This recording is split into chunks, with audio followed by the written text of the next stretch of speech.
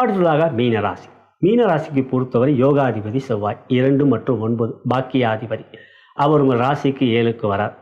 6ஆம் இடத்துலேருந்து 7ஆம் இடம். ஏற்கனவே ஜென்ம சனி, சனி வக்ரம், அதனால் பாதிப்பில்லை. அதுவாக ஜென்ம சனி, குறிப்பாக உத்திரட்டாதியில் பிறந்தவங்க படாத பாடுபடுறாங்க ஜென்ம சனியால்.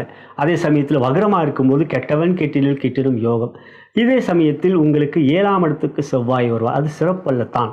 ஆனால் 7ல் செவ்வாய் வரும்பொழுது ராசிக்கு 6ஆம் இடம், அதாவது சிம்ம ராசி உங்கள் ராசிக்கு 6ஆம் இடம். அந்த இடத்துல ஒரு கிரகம் இருந்தால் செவ்வாயால் பாதிப்பில்லை. அதுதான் கோச்சார வேதை. வேதை என்றால் தடை, வேதகன் என்றால் தடை செய்வான். 6ஆம் இடத்தில் தான் கேது இருக்காரே. அதுவும் இல்லாமல் இப்போ சூரியன் வருவார், புதன் வருவார். எனவே இந்த தருணங்களிலே செவ்வாய் 47 நாட்கள் இருக்கின்ற பொழுது உங்களுக்கு 6ஆம் இடம் பலம் பெறுகின்றது. 6ஆம் இடத்தில் சூரியன், புதன், கேது இருக்கலாம் யோகம். ஆகையால் உங்களுக்கு தொழில் வியாபாரத்தில் எந்த விதமான பாதிப்பில்லை. அதே சமயத்தில் தொழில் வியாபாரத்தில் பங்கு தொழில், கூட்டுத் தொழில், பார்ட்னர்ஷிப்,